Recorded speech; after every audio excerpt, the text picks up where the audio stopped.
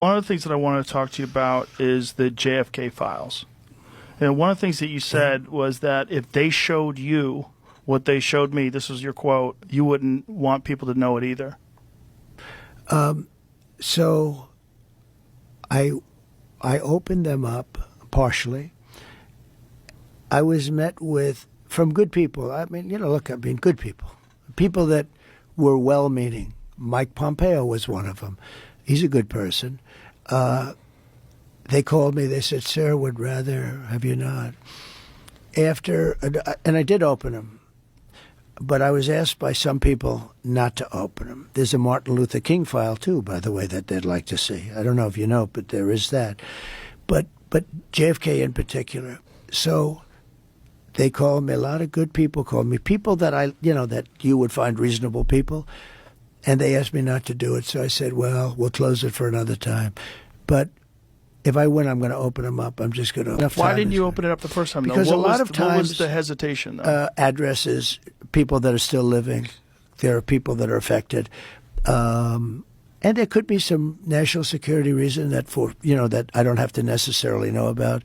But some very good, talented people asked me not to do it.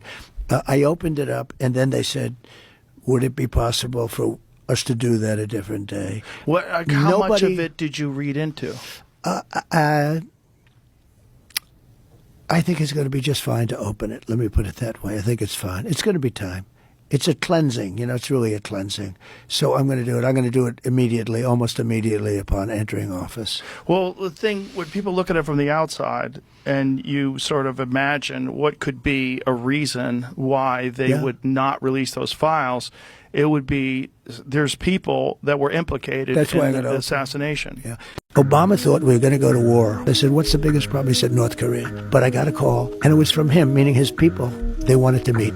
He said, I have a red button on my desk. I said, I have a red button also, but mine's bigger than yours and mine works. I liked how you called him Little Rocket Man. I said, yeah, Little Rocket. I said, Little Rocket Man, you're going to burn in hell. And it was so rough that people were worried. This is crazy. And I said, do you ever do anything else? Why don't you go take it easy and relax? Go to the beach. You have beautiful beach, nice beachfront property. Kiddingly. He said, you're always building nuclear. Just relax. You don't have to do it.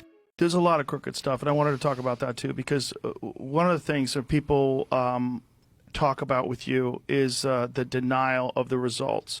And I think J.D. Vance did a brilliant job the other day when he was being interviewed, and they asked him, did Trump lose the 2020 election?